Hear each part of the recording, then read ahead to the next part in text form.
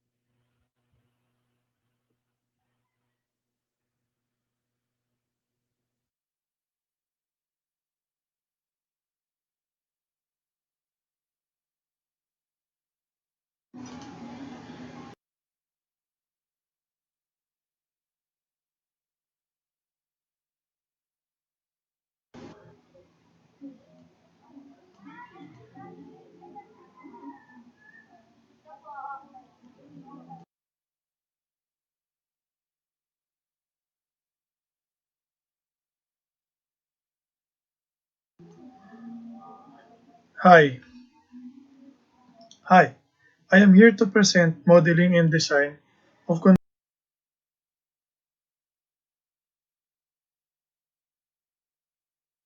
conventional bridges, preparation of input data.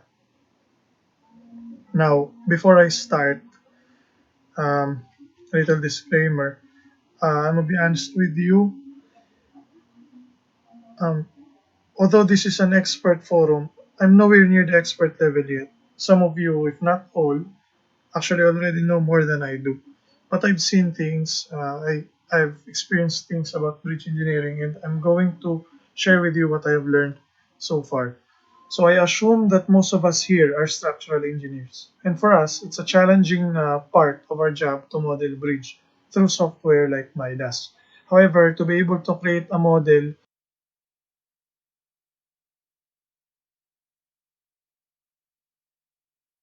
you're going to need input. And to get input, there are a lot of things that you need to do first. Modeling is just a small part of the whole process. And there's a lot of aspects to consider, a lot of planning, and a lot of talking. And in my opinion, it's a good thing to actually get involved in that stage so as to understand what you're actually modeling. And today I would like to focus more on that as it is essentially the topic of my presentation.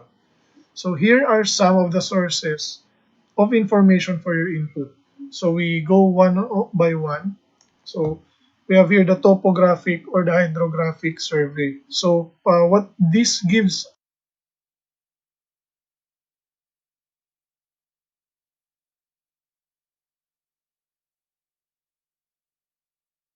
us is basically the layout of the land.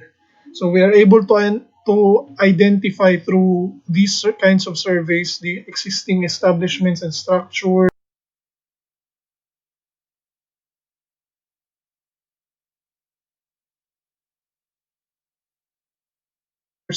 waterways, trees, and then the contours. We can see this being higher than this, and then this example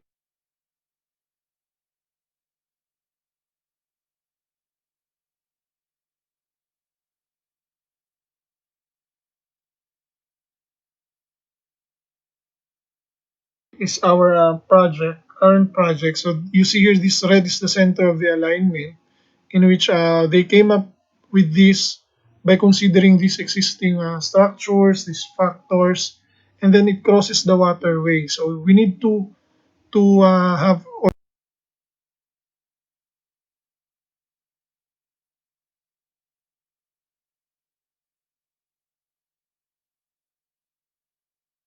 to build a structure here that crosses this waterway without obstructing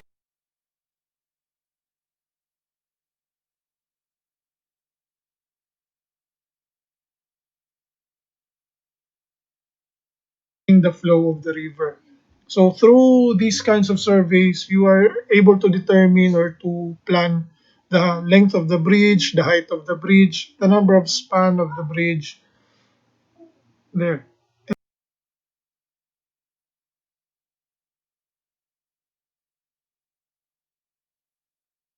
Then we go to our geotechnical investigation. So if the topographic or hydrographic survey gives us an idea of the surface where our bridge is to be placed, geotechnical investigation gives us the subsurface or what's underneath.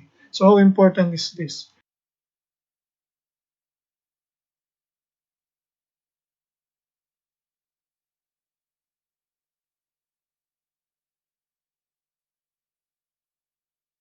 So we all know that all structures, bridge and buildings included, um, transmit all the loads into the foundation, which relies on soil for its strength. So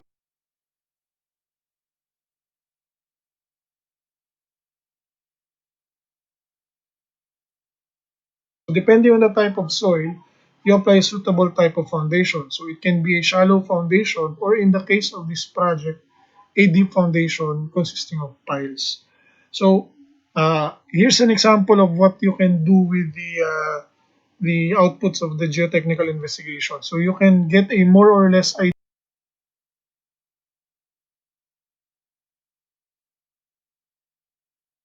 idealized profile, soil profile, without actually having to go underneath to create this. And then on the right side here, you see an example of a borehole in which the soil classification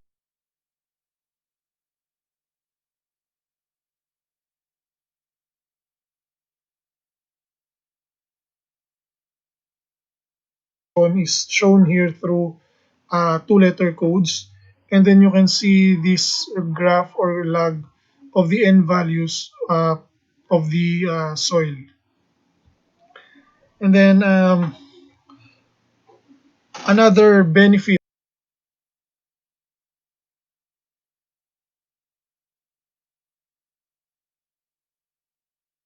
or another thing we can get from geotechnical investigation is that we can also use the data to evaluate liquefaction potential of the site. So liquefaction is an important aspect to consider. Failure to address this concern will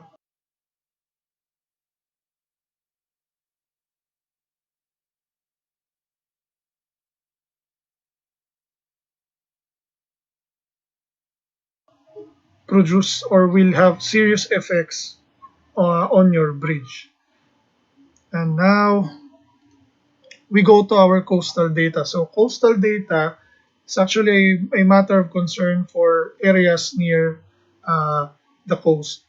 So because those areas have certain elements or aspects to it that you have to consider, including tidal waves, your protection against corrosion, and other things. And then there's geohazards. So basically, these provide us information regarding the potential risks to our structure. So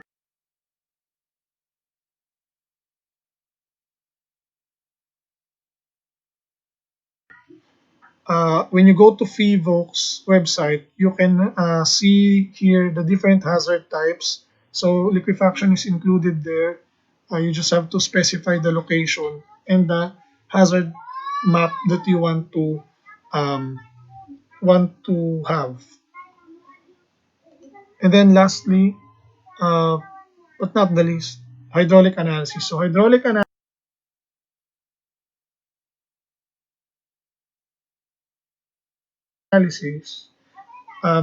gives us the volume, velocity, and the height of the flow during flood. So how important are these data? You can see here an example of a bridge.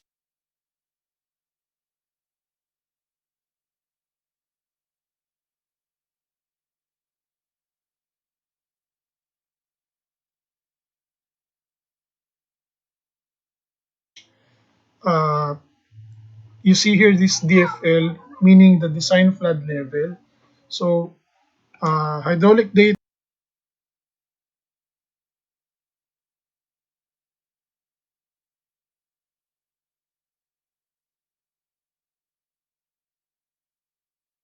analysis is important in that there's this provision that the bottom of the superstructure should be 1.5 meters high or above from the design flood level for rivers that carry uh, debris, and 1 meter for other bridges. Um, Also, uh,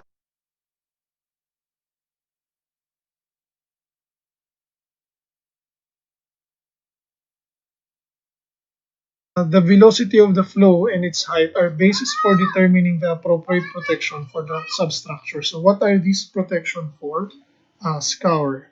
Scour is an important part to consider.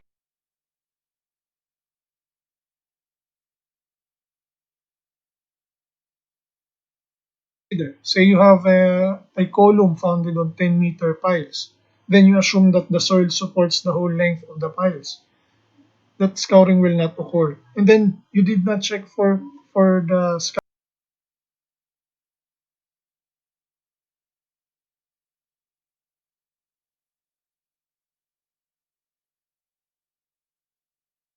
scouring, which by calculation amounts to 5 meters of the pile getting exposed. So that will have an effect from a fully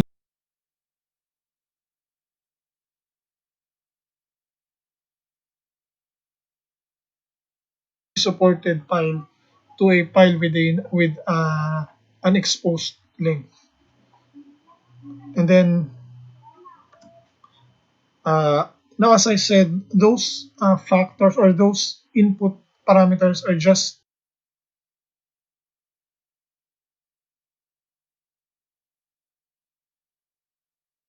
some of the data that you need to consider before planning.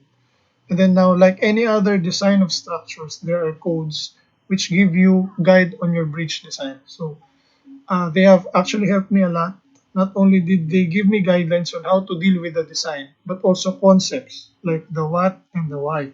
So there are topics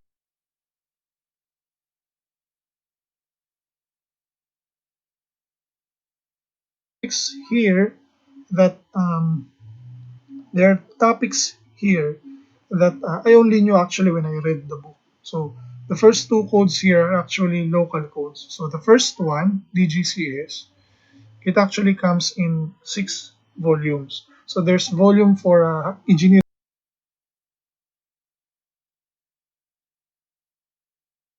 surveys, which you can use as reference to get the minimum requirements for the hydrographic and the topographic survey. There's also volume for geohazard assessment, for water engineering, and then there's one volume, particularly volume 5 for bridge design. So which this volume I use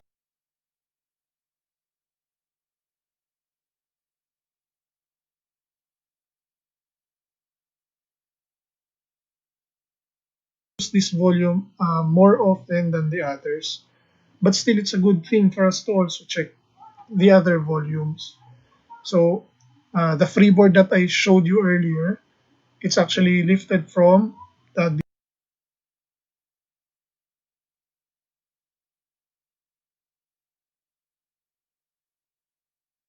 DGCS. And then we also have our BSDS for seismic design of the bridges. So as the title says, it's all about provisions for seismic design. I think there's 2019 interim of the code.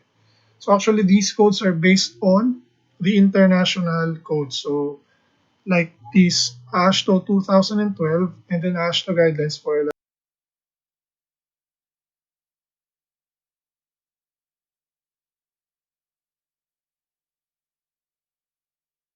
the seismic bridge design.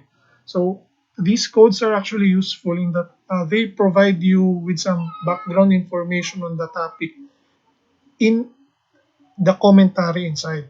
So I remembered it discussing about the elimination of the maximum reinforcement for flexural members. So even if you're not actually doing a project, these codes provide you deeper knowledge and understanding of bridge design. So much, it's like a book for you. So, of course, your reference is not only limited to these codes.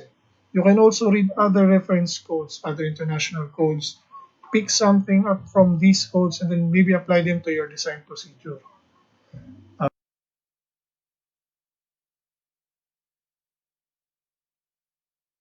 Now, I am going to show you the design guidelines provided by DGCS. So one of them is this, determination of bridge length. So the required total length of the bridge is measured from the back of the back wall. There's this vertical clearance that I mentioned earlier, the freeboard, measured from the DFL. And then this span arrangement, it basically says here that you should have an odd number of spans so as to avoid pier at the middle of the river or creek with rapid stream flow and or high debris. And then it also says here that for a balanced cost, your shallow foundation may adapt um, smaller spans or increased number of piers, while for deep foundations, you should have uh, less piers, thus you should have longer spans. But let me share you something actually. Um, I remember just a week ago, I was with my colleagues in a meeting with their foreign consultants discussing on the spanning of the bridge. So we had to consider the flood level, the velocity of the flow, and they were even actually considering using two span bridges since the flow in that area is not that high. So there was even a time when the results of the hydraulic analysis was not that critical. It even suggests that the span can be decreased from 90 meters to 60 meters. But doing so would increase the embankment at the abutment since the road is too high and that the highway team could not adjust it even further. So you see, depending on the situation, you can decide on the appropriate spanning of the bridges. So um, DGCS also provides us the minimum width of the bridges, clear width of the bridges, depending on the number of lanes. And then we have here different types of materials for bridges. And then for each material, we have a preferred uh, form of construction for a specific set of length. So for example, a flat slab may be appropriate for 6 meter to 12-meter span bridges. And then as you go higher, or as your length goes higher, then your then your form of construction changes. And then here is the types of abutment that you can choose from in your planning. So uh, basically we have two types, the open type and the closed type. So open type or open end type abutments have these slopes between the bridge, between this bridge and then the edge of the roadway or the canal, so as to allow uh, more flow under it. And then you have this closed type in which the abutment is constructed near the edge of the roadway or of the canal. So because of the constriction of space, your bridge wall has to be high to achieve the vertical clearance. And then for the piers, you can actually have a solid shaft pier, multi-column pier. You can also have a single column pier and this pile bend, which you have a column directly connected to piles. And then for the connection between superstructure to substructure, you can choose to have a series of simply supported girders or a set of girders made continuous by a diaphragm. So in our project, we have this type of connection. So your girders are not made continuous and they are allowed to rotate. But then for the continuity of your deck slab, we provide a flexible link slab, which in which case here, since it rotates or since the end of the girders rotate, this causes the link slab to bend.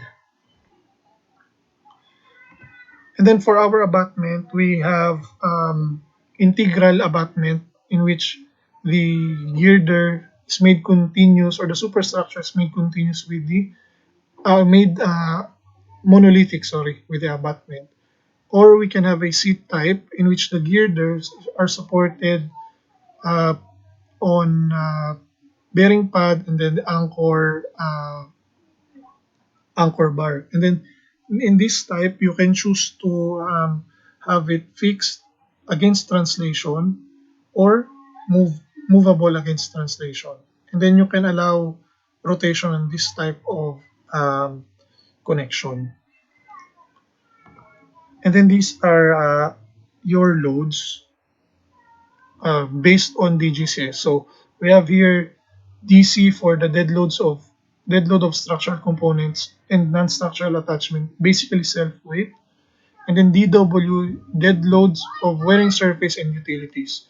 And then for transient loads, we have here the common vehicular live loads. So um, for me, these are what I consider the physical parameters for your bridge. Each option for a specific type of component, say abutment, has its advantage and disadvantages. So depending on the situation and other factors, an appropriate type of component may be selected.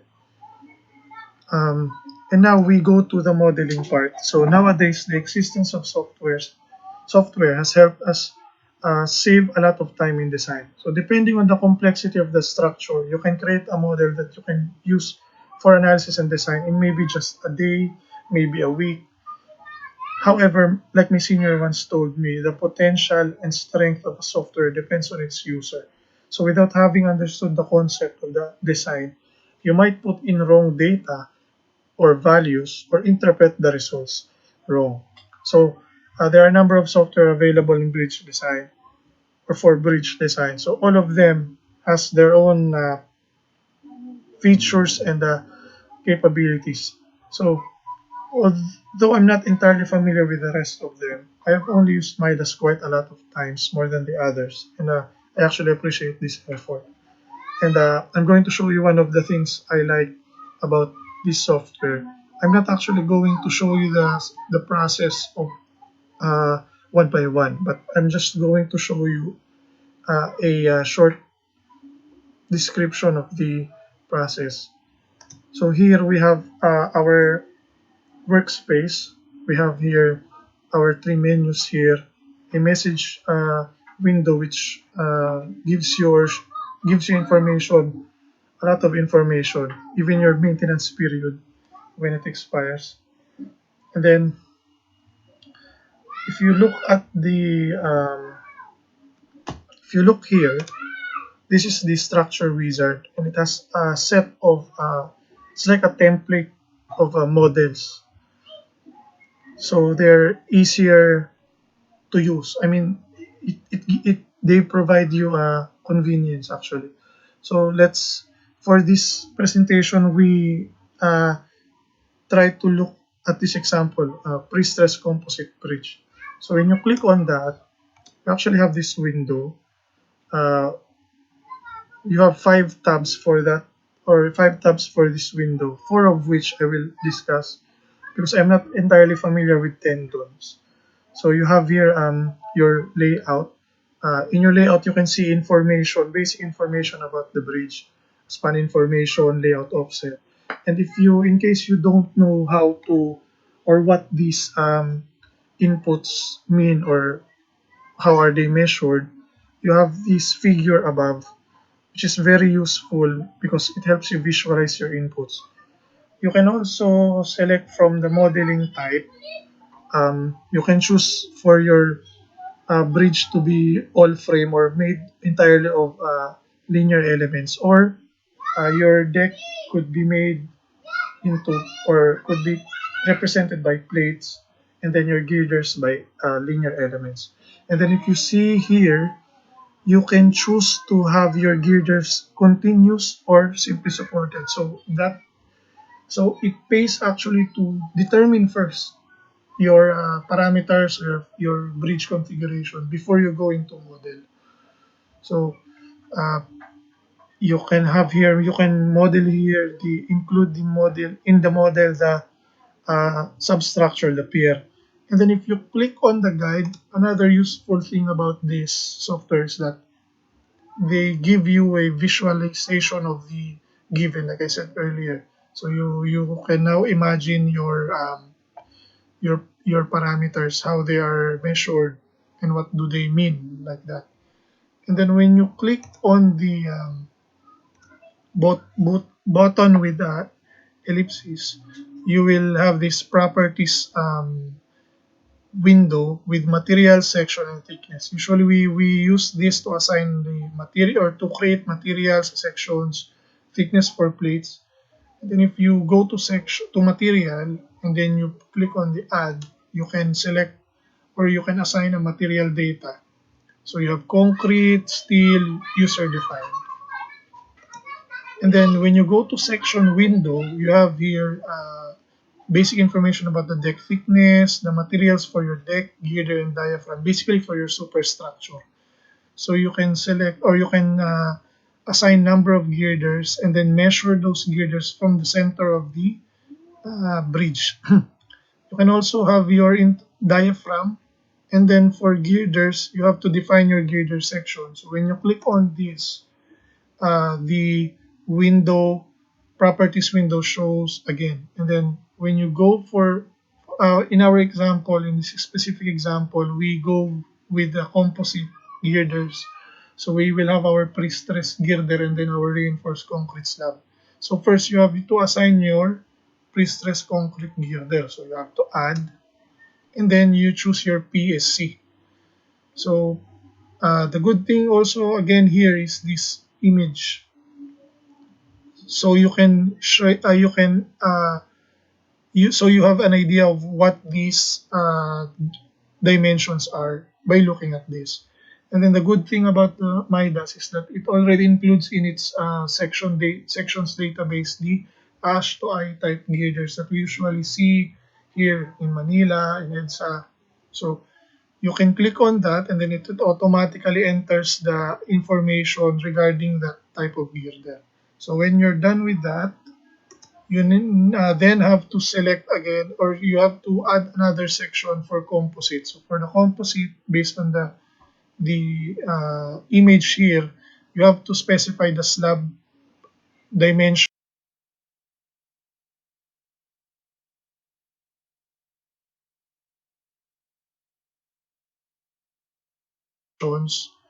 and then you have your girder dimensions, which you can just import and then select the girder that you created a little earlier. And then you have to assign, since they have different properties, you have to assign those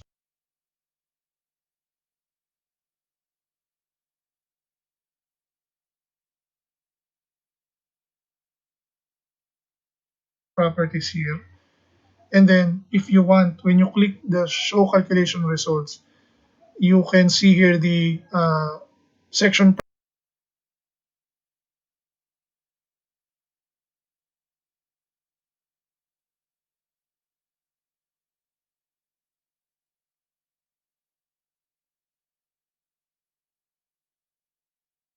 properties before and after composite stage. And then we go to load. See here, there's this another series of information that they require. So here is a figure for your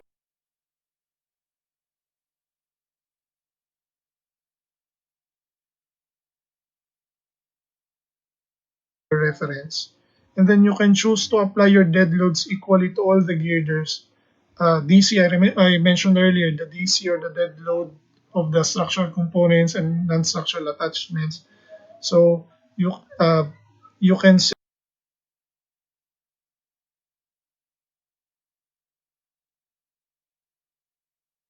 select either to distribute all those weight equally before composite and then after composite, and then your wearing surface after composite. So when you look at this setup, you may be able to get or to learn something like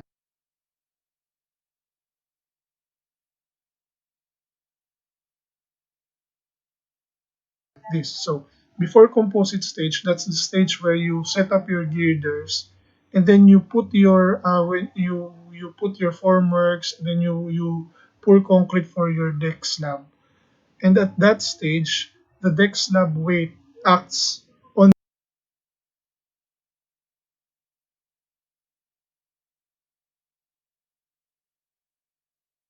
the girder. So for before composite stage, the weight acting on the girder is its own weight. The weight of the wet concrete of the deck,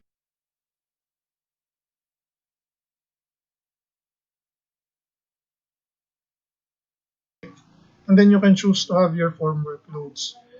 And then when the deck slab has hardened, you can now put your barriers, your median. So that's why they're included here at this stage, wherein the girder is now in composite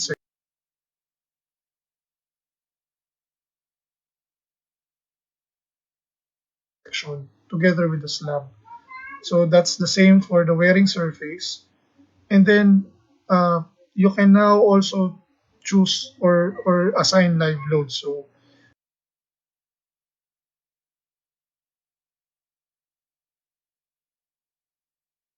when you check on the live loads, you have to define moving load case in which um, sorry, this thing appears. So you have a lot of codes to choose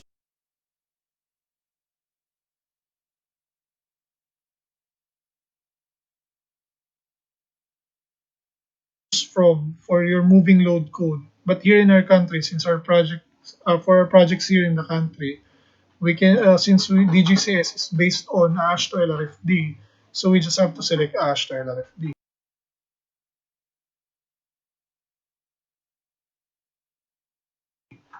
So here are the types of vehicular loads which are actually seen also or given or provided also in the codes. So we have our design track and our design tandem. So if you see here for the design track, you have two figures. So this figure, also seen in the codes, is for the negative moment and reaction at the interior support. So based on the code, you have two design tracks, 15 meters apart, and then you have your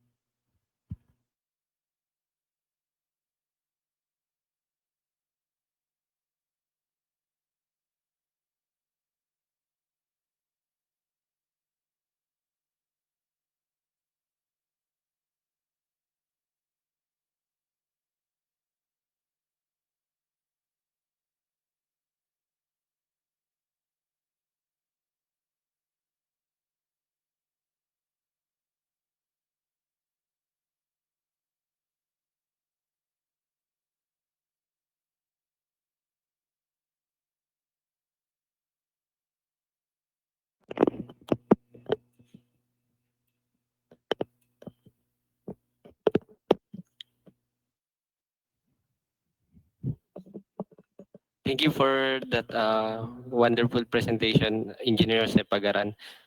For your questions, you may type it on the question tab, and then after our next speaker, it will be answered by Engineer Jose and our next speaker.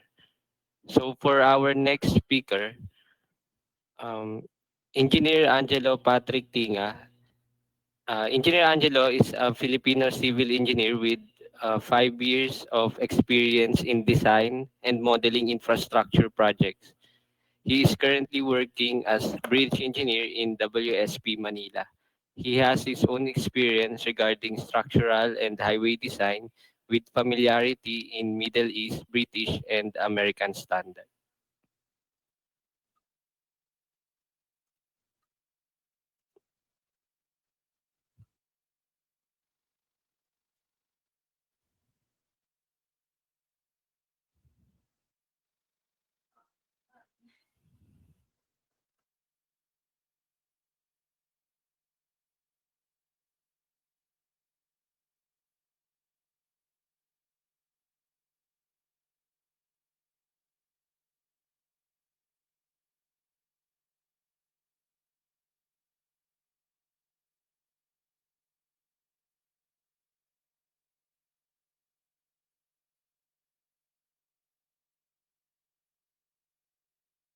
Hi, and good morning, everyone. I hope you're having a great week.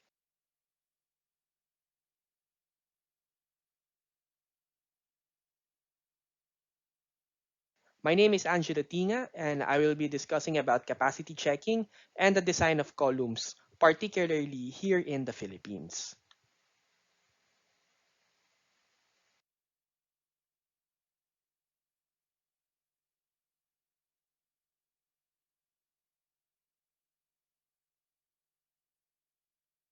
So, what we are aiming is that by the end of the discussion, we have talked about what columns are in bridges,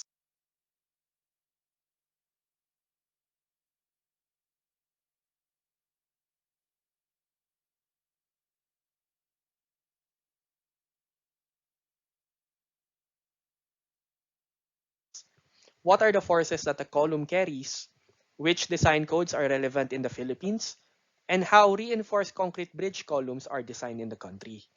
Note that with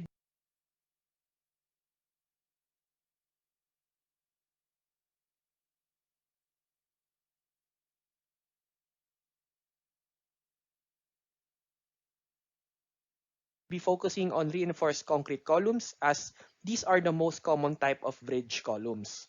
Steel and composite columns are used in a lesser degree.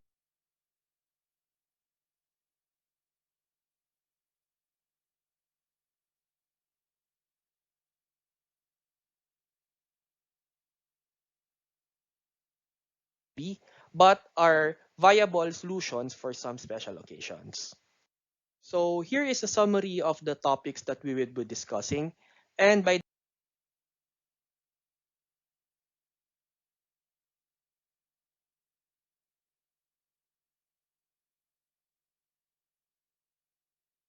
the end of the part 3, we'll be talking about how you will be using Midas Civil for your design of columns.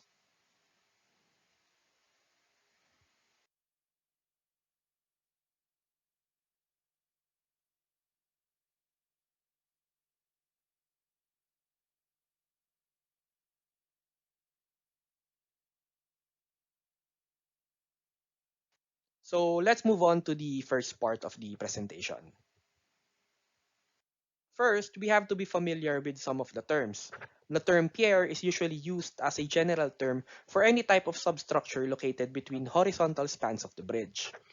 Columns are the vertical elements of the pier, which forms a frame with the adjacent elements. Walls are similar to columns, but they have a clear height to maximum planned dimension ratio of less than 2.5. We will discuss the importance of this later. To be more detailed, columns are integral parts in the bridge that transfer forces from the superstructure to the bridge's foundation. They are also important in a number of earthquake restraining systems. Standard bridges in the Philippines that accommodate vehicles are usually constructed with reinforced concrete columns, which is mostly due to their durability, their versatility, and their economy. Here we have a summary of forces that the bridge carries, which is also carried by our columns towards the foundation.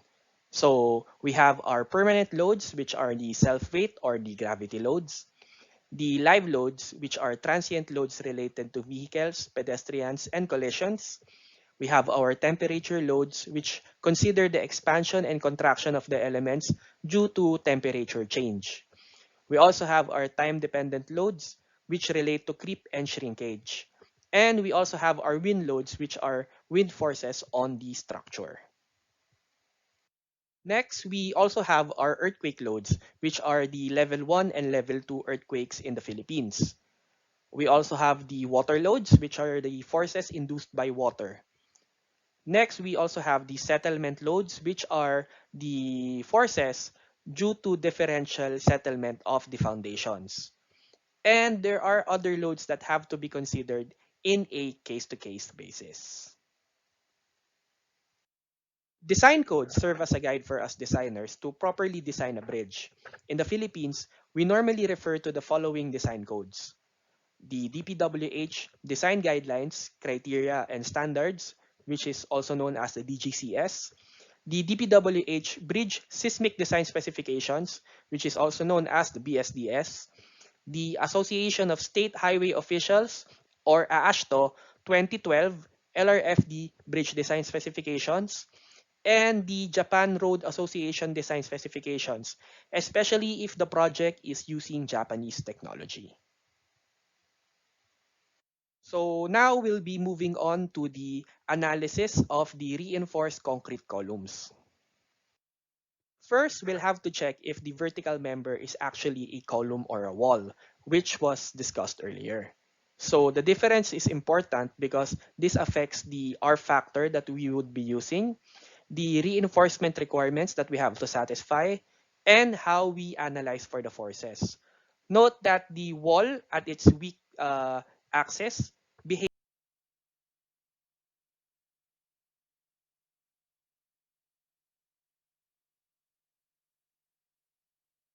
as a column. Next, we have to consider the stiffness of the column. The codes requires us to model elements, all elements, with accurate stiffnesses. Additionally, for seismic zones 2, 3, and 4 in LRFD, columns should be checked using their crack section properties. For this purpose, we can simply consider half of the uncracked section's moment of inertia. If your project requires a more in-depth analysis, Midas GSD, or the General Section Designer, can give you the accurate crack inertia. As we can see here from the right side, this is an output from Midas GSD.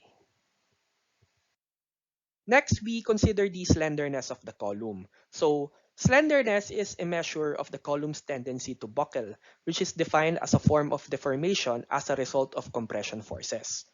The codes provide a method of how to approximate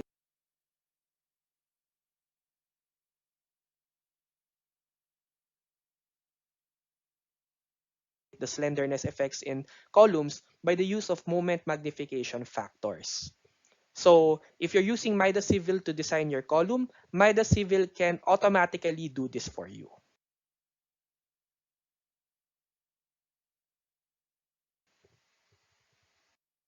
It is also required by the code that we consider P delta effects. The displacement of any column along the longitudinal and transverse direction should have its induced P times large delta moment less than 25% of the factored flexural capacity of the column. This limit is set such that the actual P delta effect will not significantly affect the response of the bridge in a seismic event. Note that the large delta is the design displacement, which is calculated using the structures period and R factor, which is detailed in the codes. So as you can see here from the right, we have a column that has an axial and lateral load. So the column will have applied moments from first the lateral load times the height of the column, and then there will be an additional P delta effect, which is the axial load times the design displacement. And also for completeness, there is also a P delta small effect, which is not significant unless there are large deformations, and there are ways in modeling so that you can also immediately include this in your analysis. So now we'll be moving on to the design of your reinforced concrete columns. So in bridge design, we follow the strong beam weak column principle, which is actually the opposite of what is followed in buildings. The reason for such is that we do not permit the yielding of the superstructure in bridges, and we allow the yielding, note, not the failure, of the supporting elements instead. So if you have a bridge that has the column as the yielding element, a quick summary of how the bridge will perform is first, a level 2 earthquake occurs, which is an earthquake with a 1,000-year return period. Next, plastic hinges and yielding form at the expected locations. In this case, we expect it at the bottom part of the column. And then afterwards, the columns or the other yielding elements are repaired and the bridge returns to its normal operation. The DGCS and AASHTO LRFD design codes follow the principles of limit state design, wherein elements and structures are designed to be adequate up to a certain limit, which are known as the limit states. For RC columns, we consider the strength limit state, which factors in the total strength of the sections. Serviceability limit state, which considers the deflection and cracking. And lastly, we have the extreme limit state, which considers the seismic movement, collisions, and other extreme events. So first, we determine the longitudinal reinforcement requirements. So under the serviceability limit state, we have to control the cracking of the section as well as maintain steel stresses below 0.6 Fy. First, we determine the stresses in the reinforcement, normally via stress strain analysis. You can compute for this manually, but you can use Midas GSD, which is capable of determining the stresses accurately, as we can see in the example snapshot. If all the stresses are within 0.6 Fy, we take note of the highest tensile stress near the tension phase, which we use as the value of F sub SS in the formula as shown. This formula gives out a value of S, which we consider as the maximum allowable spacing between bars at the tension phase. So if your rebar configuration has provided a rebar spacing of less than this value of S, you are compliant with this requirement and you have successfully controlled cracking of your element. Next, we consider the strength limit state, which requires all sections to have enough elastic strength. For compression members under axial and flexure, the design axial load and moments are normally checked versus an interaction diagram. So you can use other methods and they are okay as long as the combined effect of axial and flexural effects are considered. So Midas GSD and Midas Civil alone is capable of producing the two-dimensional and three-dimensional interaction diagrams to aid us in our design. So later we'll be showing an example of how you can show or provide the PM diagram using Midas Civil. For the extreme event limit state, analysis is similar to that of the strength limit state. However, we have to take note of that first, the level 1 earthquakes, which are considered fully and with no reduction as we want the elements to resist this elastically. So next, we have our level 2 earthquake, which we design using the moments, seismic moments divided by the R factors. Note that the R factor is relevant only to specific elements. So it is possible that you have different R factors or no R factor at all, depending on the element that you are designing. And finally, for longitudinal reinforcement, we take note of the vertical reinforcement limits stated in the codes. For seismic zone 2, you have to provide vertical reinforcement that is within 1 to 6% reinforcement ratio. And for seismic zones 3 and 4, it is allowed to have reinforcement that is within 1% to 4% of your reinforcement ratio.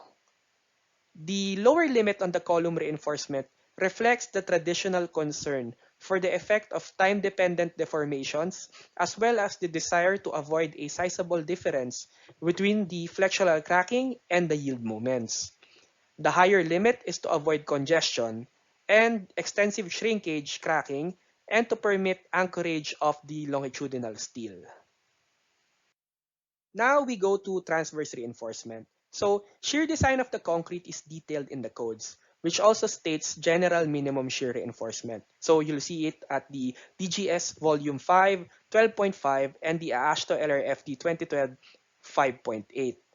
So you can see here the familiar 1 over 6 square root of F prime C times BD is still present in AASHTO, but the 1 over 6 number has been replaced by 0.083 beta, where beta is equal to 2 in simplified cases. So if you multiply those together, that's only going to give a value of 1 over 6. However, this procedure is not accurate if there is axial tension. So the general procedure found in the codes, which is derived from the compression field theory, is preferred. The shear design under the extreme limit state is similar to the strength limit state. However, we note that the maximum shear force carried by the column is limited by the plastic hinging moment, which is normally called the plastic shear force. So we have a simplified demonstration of how to get the value of the plastic shear force shown in the diagram, but this is only for one hinge. So note that if you have more than one hinge, then you will have to consider them all and it will make the calculations a little more complicated. Additionally, for seismic cases, end regions, which are the expected locations of plastic hinges, have additional considerations. So for compression forces less than 0.1 F prime C AG, V sub C, which is the shear strength of concrete, is taken to linearly decrease from the standard computed value to zero at the point of zero compression force.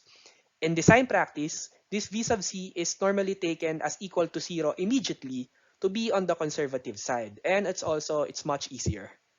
So the reason for this requirement is that since seismic loading is cyclic and it is reversible, full section cracking is possible at the plastic hinge, and the concrete shear strength may become undependable at this location. Now we go to prescriptive detailing. So prescriptive detailing is required by the code to ensure the ductility of our column. Because when we use R factors in our design, we take into account that the columns will behave in a ductile manner. Typically, the area of steel for columns in seismic zones 2, 3, or 4 that are not controlled by the seismic demand, the shear and torsion demand, the minimum requirements, shall satisfy the limits shown below here in the slide. Next, we also have to take note of the stricter requirements at the hinge locations. The force-based approach to seismic design requires that a number of prescriptive detailing requirements are satisfied, especially in the hinge locations. The purpose of the prescriptive detailing is to ensure that the hinge does not fail under load. So to further discuss the principle of prescriptive detailing, the purpose of the additional bars is to sufficiently confine the concrete at the hinge zone when inelastic behavior is considered. For example, we have here an analysis from Midas GSD. So we can see here the unconfined and confined concrete that has the same compressive strength. We see that the confinement allows the concrete to reach a higher limit of stress, and it also allows it to reach a higher value of strain than the unconfined concrete. Now, for end regions, they are assumed to extend from the adjacent elements as the greater of the maximum cross-section dimension, 1 over 6 of the clear height of the column, or 450 mm. The total transverse reinforcement requirement at these regions shall be the larger of the area from the shear demand or the confinement requirements for plastic hinges that are defined in DGCS Volume 5, 12.7.11.2 or the AASHTO LRFD 2012, 5.10.11.4. So to help us imagine the behavior of a bridge under seismic event, we have here an example of a pier with two columns. So as we can see here, the end regions or the plastic hinge locations are located at the near the connections of the column to its adjacent members. So we have the top hinges, which is close to the coping beam, and of course we have our bottom hinges, which is close to the foundation. But wait, we also have to consider a few more requirements. So we have to consider the spiral and tie requirements in DGCS Volume 5, 12.7.6, and the maximum spacing for transverse reinforcement, which is given in DGCS Volume 5, 12.5.2.6. So after that, we have designed the column. But we also have to consider the design of the column connections. So these are governed by the DGCS Volume 5, 12.7.11.2 or the AASHTO LRFD 2012, 5.10.11.4.3. Lastly, we also have to consider the column overstrength. So regardless if you are the one who's going to design the coping beam or the foundation, it's good that you already prepare the value of the overstrength. So if it's another guy that's going to design it, you can just give him the values immediately. So what is overstrength? So when we consider the yield point of the section or the moment at which the the section will yield and exhibit a plastic behavior, we usually take the values of the minimum required strengths of the material. So it's going to be the minimum compressive strength for the concrete and the minimum yield strength for the reinforcing steel. However, it is very quite common that the material delivered and used at the site are at a higher strength than specified. So this poses a problem because when we design adjacent members, we normally take the yielding moment or the plastic hinging moment as the maximum possible moment that will be passed on to those adjacent members. So if your column manages to pass more than your design moment to your, for example, foundation, then you will have a problem. So the code simply estimates the overstrength moment as 1.3 times the nominal flexural resistance of a section. So now we'll talk about how Midas Civil can help you with your column design. So Midas Civil is capable of checking the slenderness and moment magnification of your columns. It is also capable of biaxial design of your columns. It also checks for the shear capacity of the columns, and you can produce your design reports afterwards. So let's say that you've successfully modeled your bridge. So you've successfully applied the relevant loads to your structure. You have analyzed it and you have checked that all the behavior and all the uh, other stuff regarding your structure is okay and it's ready for design. Then you can move on to the design using Midas Civil. So the steps are summarized in the slide. So for step 1, we have to define the frame definition. Next, we input the design parameters related to the materials. Then we input the column section data. Then we click on column design and a result summary window will appear showing us if any of the columns fails or if all the columns are okay. So if any of the columns fail, you can just re-edit and reanalyze and redesign it. Afterwards, you can print out the design reports. So if you want to have a more detailed tutorial regarding the design of RC columns, there is already an existing tutorial in the Midas website along with other relevant and useful tutorials. So you'll have to find for the tutorial titled The Design of RC Column by Ashto. So I suggest that you take a look at this tutorial. So first, we'll be starting with the frame definition. So this is under the Design tab, Common Parameters, and the definition of frame. So here you will be defining your definition for the frame, your design type, and also it gives you an option to let Midas Civil calculate the effective length factors automatically.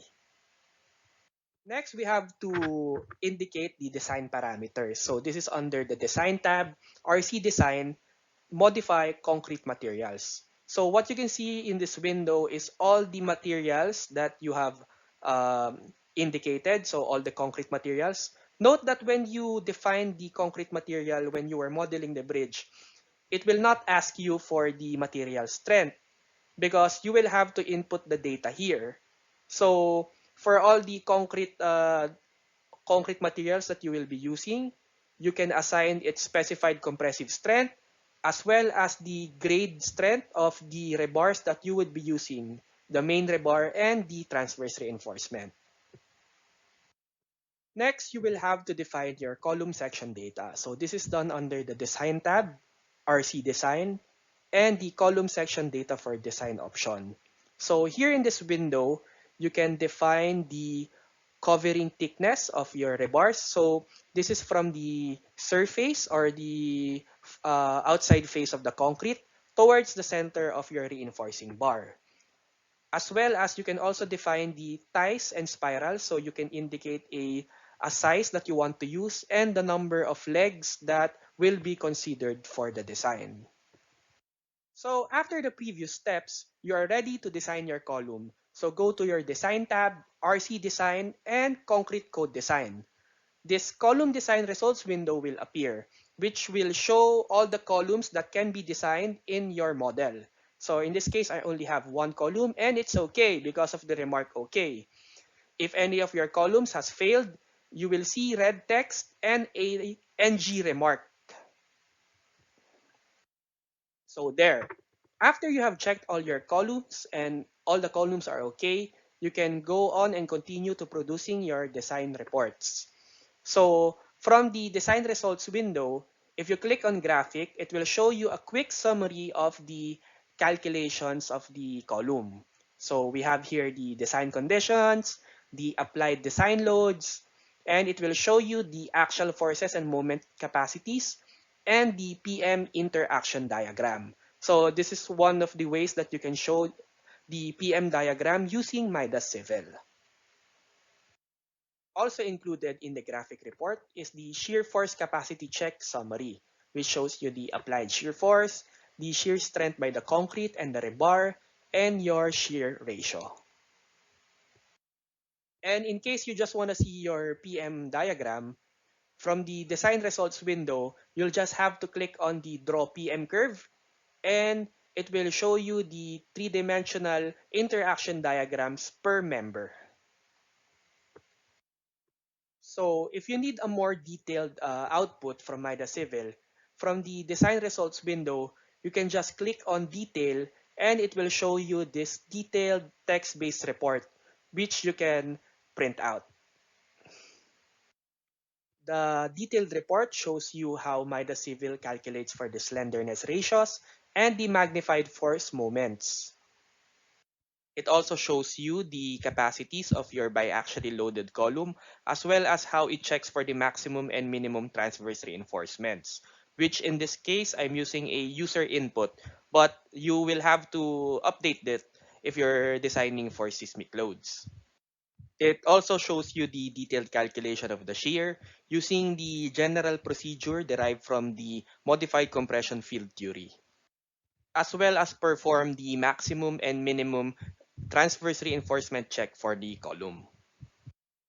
So if everything is okay with your design, you can print out the report and you will get a report with this following format. So just for an additional discussion, I'd like to show you some of the projects that I was involved in using Midas Civil. So we use Midas Civil for multi-span girder bridges such as the one shown in the slide. Here is a cross-section of a different bridge where we use Midas Civil for analysis. We've also used Midas Civil for box girder bridges, which is pretty good at it because you can actually model the tendons with their three-dimensional curvature, so along the horizontal and along the vertical. Midas Civil was also used for the balanced cantilever bridges, which in this type of bridge, the powerful construction stage analysis of Midas Civil will provide you an easier and better experience. So I've also used Midas Civil to analyze pre-stress voided slab bridges. So this is initially created using the grillage feature of Midas Civil. So a lot of this is automated. So even the creation of the longitudinal sections is through Midas Civil. You just have to provide the full section of the voided slab and it will cut it into sections for you automatically. So I've also used Midas Civil for steel bridges. So in this example, this is a twin eye girder bridge. So a lot of this is just through the wizards provided by the Midas Civil program. And also we have to remember that Midas Civil is not just for bridges, it is also for civil structures. So this is one of the uh, concrete drainage tanks that I've designed. And of course, Midas Civil is also used for your substructure design. So for this particular project, we designed the superstructure separately from the substructure. So we had a lot of individual substructure models. And what we did with Midas Civil was to use the column design feature to get the preliminary sizing and reinforcement of the columns. And then we finalized the columns using Midas GST. So here I just like to show you the references I used for this presentation. And this ends my presentation. So thank you everyone for listening and I hope you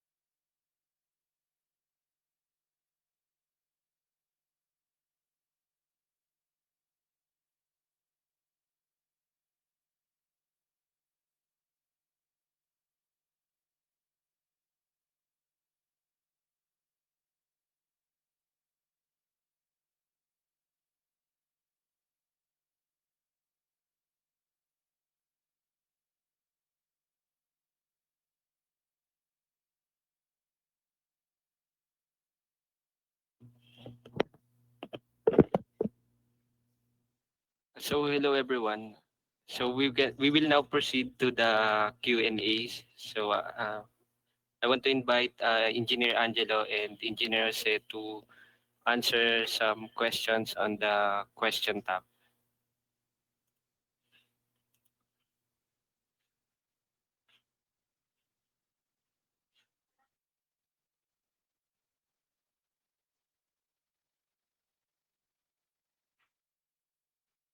Hi, good morning.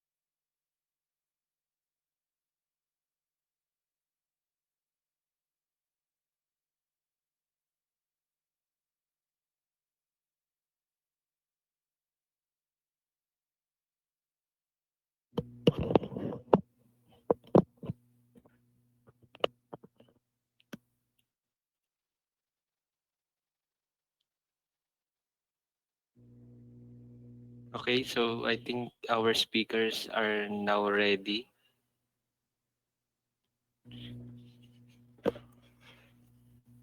I think this question is for Engineer Jose. The question is from Merwin Ladak. What would be the basis on how to determine the bridge that the bridge is superstructure bridge or substructure bridge?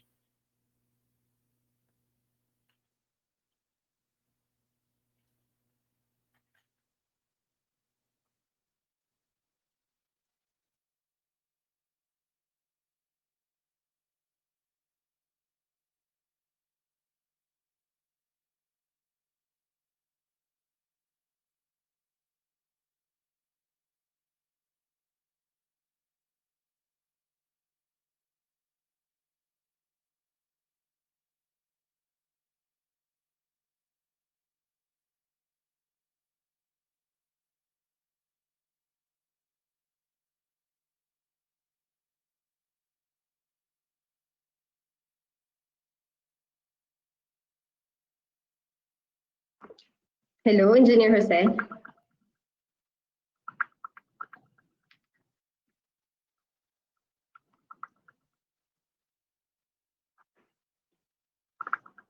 I think we can have Sir Angelo and Sir Jose answer those questions as well. So, uh, Sir Angelo, if you may, the question is, what would be the basis on how to determine that the bridge is superstructure bridge or substructure bridge? So let's Hi, have Sir Angelo can you answer hear me? first. Yes, sir. Okay, so I'd like to answer that question. So actually, substructure and superstructure are not different types of bridges, but they actually refer to the parts of the bridges. So generally speaking, the superstructure relates to your girders, to your concrete slab, or everything that's on top. And then usually we consider that from the bearings going down, they are part of the substructure of the bridge.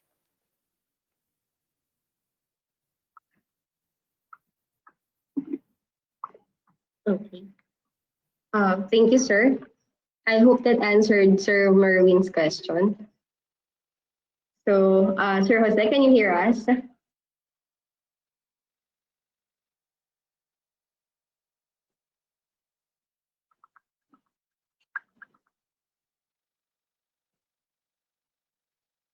Okay, so we'll just have Sir Jose answer that question in the question tab, and then we will post it for everyone's reference.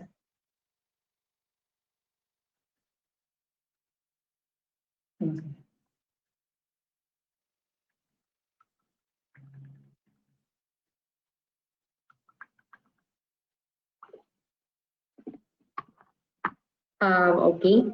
So we have another question from Sir June Licuben. I think this is addressed also to Sir Jose. Wait, let me count him.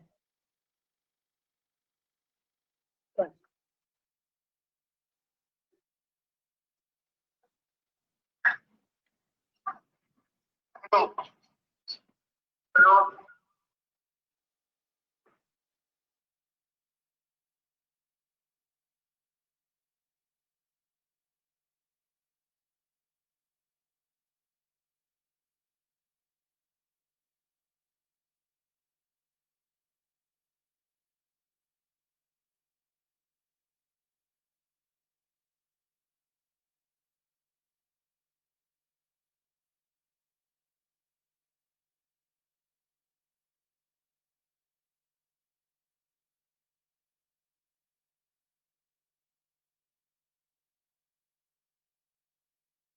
Okay, so Sir Jose is here with us on the phone.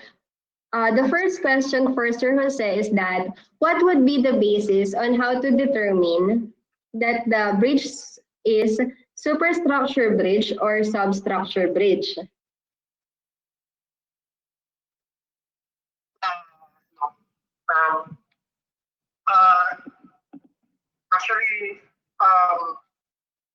superstructure and substructure are parts of one bridge. So you define superstructure as a portion of that bridge that supports your deck. So that includes your girder,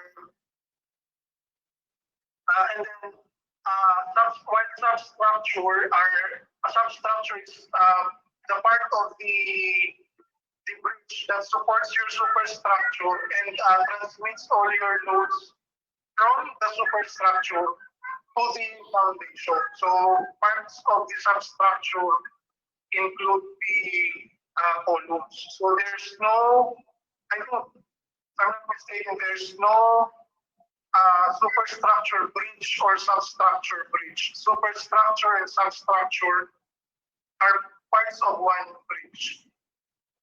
I hope I answered your question correctly. Yeah, thank you, sir. So the next question is from Sir June Licuben. So you mentioned earlier, not all modes are needed. So how do you select the modes you want? I think he's referring in the eigenvalue analysis that you have shown.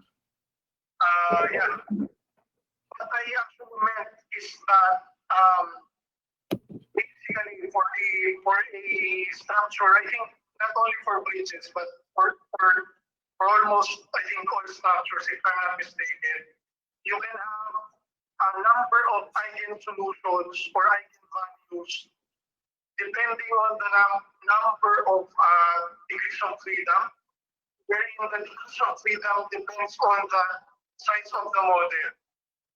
But what I meant is that I think you're more familiar about this with buildings or vertical structures in which it's mentioned there that you only have to consider eigenvalues or in this term frequencies or periods or natural periods for it's I think you have this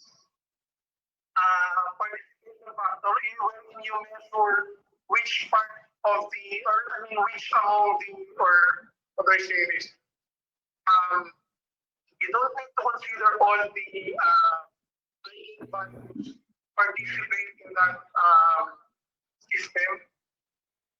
So as long as you have this you have this I don't know 90% of mass participation. The total mass participation I think about 90%. So for those frequencies that have a total of 90% mass participation, you can consider only up to that. I mean, I don't mean that you only will consider that. What I meant is that there are a number of eigenvalues or eigensolutions for that specific specific systems, but you don't have to consider everything. You don't have to consider all of that. You just need to consider those that have a, like I said, I'm not sure if that's the case for bridges, but for buildings, if I remember correctly, you can only consider up to 90% total participation factor, something like that. Okay, thank you, sir. The next question is about the importance of R factor. So I think this one should be answered by Sir Angelo. Hi, hello. This question is from Engineer Lip. So she goes, "Hi, what is the importance of R factor?" Okay. So actually, the methods recommended by the DGCS and the AASTO LRFD 2012 follow a force-based method of analyzing bridges. So when we go to the level 2 earthquake, which is the earthquake with around a 1,000-year of return period, we consider that the design of the bridge against this earthquake will be not economical and it will be very, very expensive. So we allow to consider the ductile behavior of the bridge. In this case, the R factors are used to consider the post-yielding behavior of the bridge. So we factor in the ductility. In this case, the R factors are provided as a one-size-fits-all solution. So basically what happens is that you have your elastic forces from your earthquake, your elastic seismic moments as well, and we divide it by an applicable R factor so that we get the forces considering the yielding of the column. So to answer your question, the R factor allows us to design the columns considering ductility and not considering that the bridge will fully resist the earthquake elastically. So I hope that answers your question. Okay, sir. Thank you very much for that. I think that answered her question. So we have a question. It's addressed to Sir Jose Pagaran. How to model fluid dampers or high damping rubbers? So this one, I think I could answer this. So I am flashing on your screen basic training model. So one of the tabs in Midas Civil is boundary tab. So under boundary tab, you have different types of support conditions and links, which you can use for your modeling. So in this case, he's asking about fluid dampers or high damping rubbers. So this can be defined here in the general link option. So we have general link properties, general link, and then the seismic device properties, which enclose the fluid dampers or high damping rubbers. So as you can see here, you can define viscous dampers, viscoelastic damper, steel damper, hysteretic isolator, and isolator. So I think this fluid damper should be under this viscous damper. So you may add another or define another property for that particular damper, and then you can have it defined by yourself or the user input. And then you may choose which type of damper and which dashpot type you're gonna use. And then these dashpot properties and other inputs that should be provided by the designer of the bridge. So take note that whatever you input in your model, you must first have a background on how it performs and how it will affect the behavior of your model. So yeah, that's how you input the fluid dampers. I hope that answered your question. So we have another question. For Engineer Pagaran again. The question is, in modeling composite girder or precast girder and cast-in-place deck slab, can Wizard define this? So based on your experience, Sir Jose, have you defined composite girders in Midas?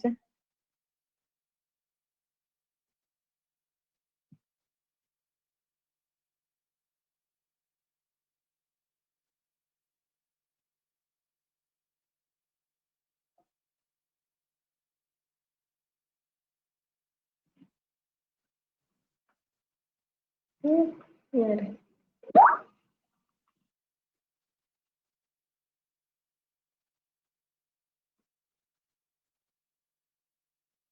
Uh,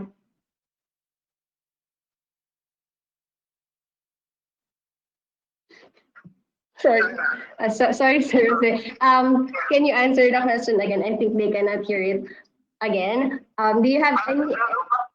Do you have any experience in modeling composite girder in Midas using the Wizard? Actually, the one I showed you earlier, the one in my presentation, that's an example of a composite composite girder. In that case, is stress. That can be modeled through section Wizard, but if you're asking if I have experience designing using Midas, unfortunately, I haven't actually utilized the design feature of Midas for composite girder. What we usually do is we extract forces from Midas, and then we create or we do manual calculation. I mean, that's just how we do it. We can also use or utilize that feature of Midas, but right now we're used to extracting forces and then designing manually through spreadsheets, things like that. Okay, sir. Not sure if I answered your question, actually, I'm not sure, but I think, yeah. Okay, sir. Thank you. I hope next time you can utilize the design portion of MIDASIT. So we have another question from Sir David Francis Caballero. I think this one suits Sir Angelo better. So the question goes, Sir Angelo, for end condition, sitting on guided or fixed bearing over crosshead or coping beam, how do you define it? Hi. So to answer your question, for the end conditions on the crosshead or coping beams, well, that will be depending on your design method or your modeling methodology. Because you can, number one, you can model your superstructure independently. So this is one of the well-known methods in modeling. But if you're going to be modeling your substructure along with your superstructure, you can model your for this case, your guided or fixed bearing. So it will be just a roller pin fixed in this lateral direction or something like that. You can do this via the rigid link feature of Midas Civil. So I hope that answers your question. Okay, thank you, sir. So I think the next question can be answered both by Sir Angelo and Sir Jose. The question is, where can we get a copy of mentioned codes like design guidelines, criteria, and standards? So, Sir Jose, where do you get the copy of your codes? From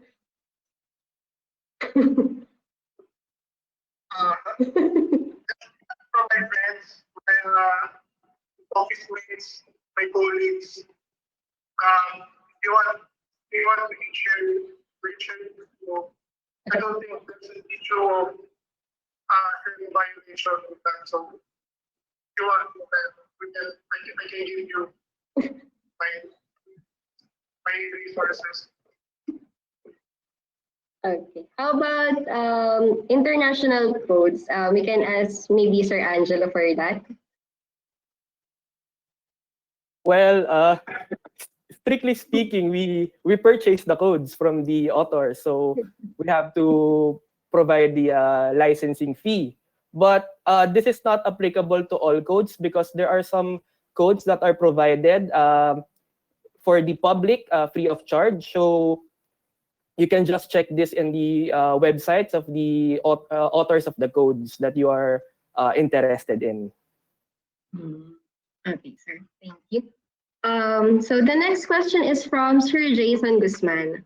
So he's asking, can Midas already control response modification factor automatically, or do we have to go through it using Excel? So I think this can be answered by both of our speakers.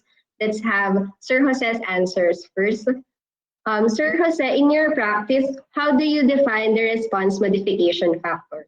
Do you have Midas define it automatically, or do you compute it using your spreadsheet? I'm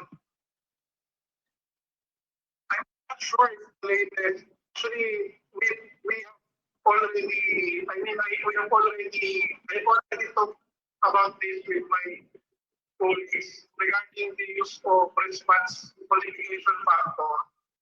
I mean, because like we all know that, for example, for moments, you have a different R factor, and then for action, you have usually one. So, I'm not entirely sure if the latest version of Midas already considers that, but in my experience, since I'm not sure yet if Midas has already considered that, what I do is that I apply the response modification factor for column moments outside using spreadsheets. Okay, sir, thank you. How about Sir Angelo? How do you use the response modification factor in your practical applications? Aye. So when we design the bridge, we apply the R factor outside of Midas Civil. So we do it via Excel. So I'm not sure if Midas Civil has already updated this, but in the design spectrum feature of Midas Civil, I think it's not the proper way to apply an R factor there because it applies the R factor globally rather than independent per each element. So I think the Midas IT guys can answer you regarding this with a more updated answer. Okay. So thank you. So regarding the response modification factor, as you know, Midas Civil has number of updates within a year. So basically, we have two minor updates and then two major updates.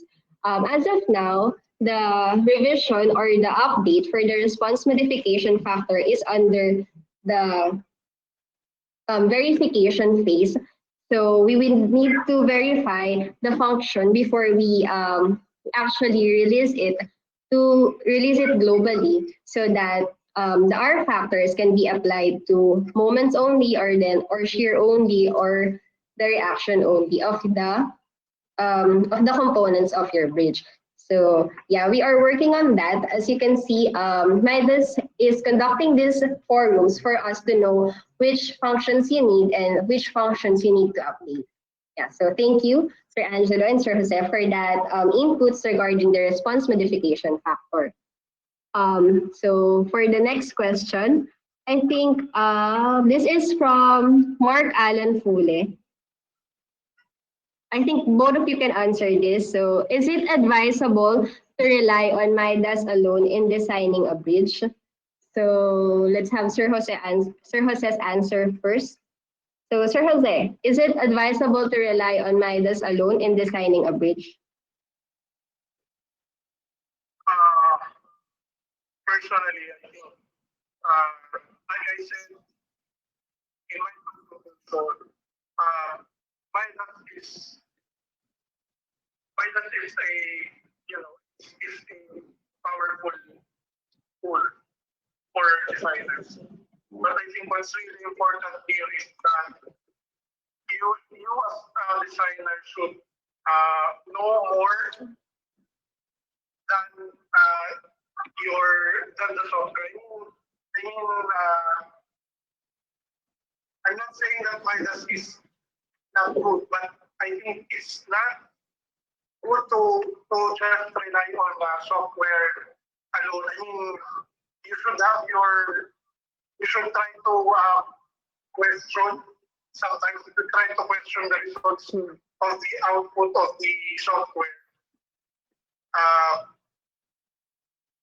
Yeah, I think basically in our experience, we usually compare our results. Sometimes we compare our results in Midas and our manual calculation are if they yield the same or agreeable results. That's how we usually do it. We don't entirely rely on the results of the software. Okay, thank you, sir. So, Sir Angelo, how about you? Do you recommend relying on Midas alone for designing a bridge? Hi. So, from what I experienced, Midas Civil is a very reliable tool. But just as what Engineer Pagaran said, Midas Civil is just a tool. So, without a prior knowledge of what to input, how to interpret your bridge, and of course, you also need some knowledge of how your software analyzes your design. So, I think that Midas Civil is good as a secondary check for your designs, but I would highly recommend that you learn how to manually design your bridge first. Okay. Thank you, sir. So the next question, I think it's suitable for Sir Angelo. What is the recommended way of defining file as bridge support? Hello. Okay. So for piles, depends on the stage of the bridge. Depends on your design stage. Because if you're only in the preliminary stage, it's quite normal to design the foundation as a fixed or pinned supports. But if you're already in your detailed stage, piles are modeled as line elements, which are supported by lateral and vertical springs. So this may be linear springs, multilinear springs, nonlinear springs. So if you check the codes, especially the BSDS, it will give you a recommendation of how to determine this, the values of these lateral springs using a method which is defined in the Japan Road Association standard. So I hope that answers your question. Okay, thank you, sir. Another question is from Sir Atom Lagman.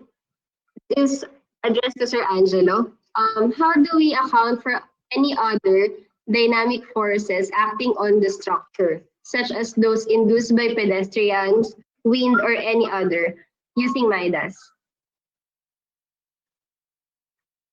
Hello. So for the if I understand your question correctly, you're asking for the dynamic effects, such as for example for wind, the aeroelastic stability, and for pedestrian, I think you're referring to the footfall or the vibration loads.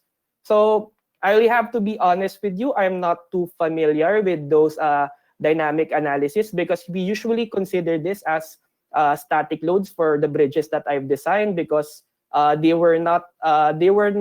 aren't sensitive to these kinds of loads. But I understand especially for steel pedestrian bridges, footfall is an important load. So I think so maybe I'll research more on that and I'll get back to you offline. Okay, thank you. Thank you, sir.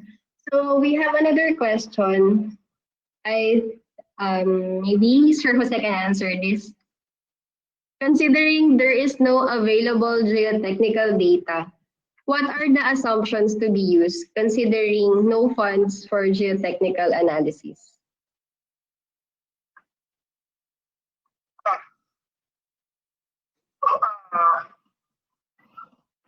If you want my personal opinion on that, I strongly suggest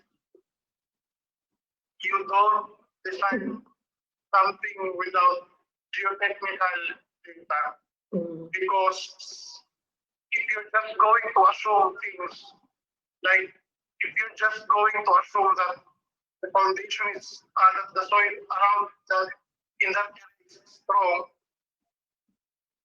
then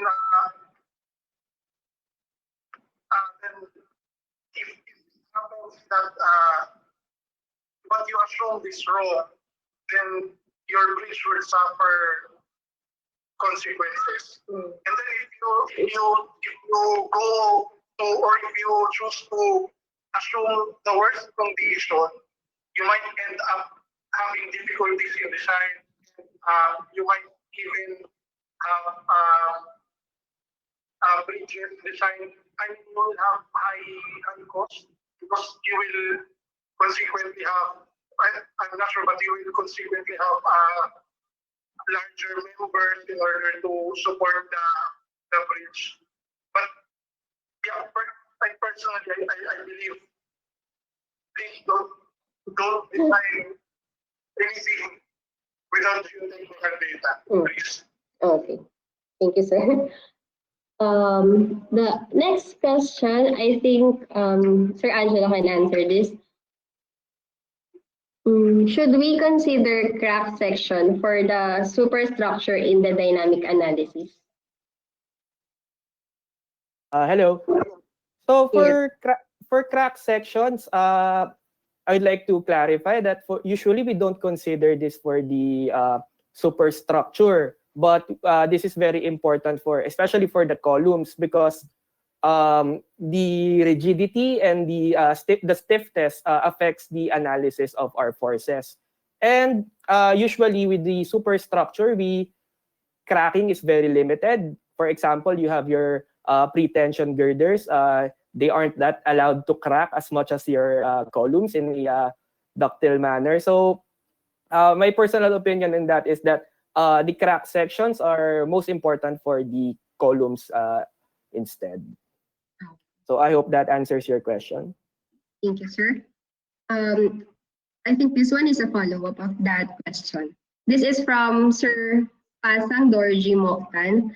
The question is, when designing the bridge as strong beam, weak column, how can the bridge deck hold itself if the column fails first, as it supports the above beam of the deck? Can you please explain the failure mechanism of strong beam, weak column design and bridge? Hello. So thank you for that question. So I'd like to clarify that when we analyze bridges, especially for seismic events, we do not permit any type of failure. But what we permit is the yielding of the elements instead. So when a element yields, it goes into its plastic behavior. So during the plastic behavior, the introduction of the prescriptive detailing assures us that this plastic section or this plastic part of the bridge is able to withstand additional deflection, displacement, additional strain without collapsing. So to summarize, it's not actually failure, but it's only yielding. So the column in this case should still be able to carry your superstructure, but it will exhibit a plastic behavior. So in this case, we prefer, or we recommend that we always put the yieldings, the areas of yielding or the plastic hinge areas at a location where it is very easy to repair and very easy to investigate. So I hope that answers your question. Okay. So as we have a lot of questions going on, I will answer the questions regarding the capabilities of Midas Civil in our next session. So those questions that starts with can Midas do this, can Midas do that, stay tuned on our September 17 session. I will be presenting Midas Civil and its capabilities. So maybe then the questions can be answered. So I think we're gonna have our last question for both of our speakers. This question is from Sir Abdul Fatah Pandita. The question is, hi, this is for both of the speakers. In your past experiences, have you tried to compare the results of outputs of Midas to other existing softwares And what gives you the confidence to choose the outputs given by Midas? Let's have Sir Jose's answer first. So, Sir Jose?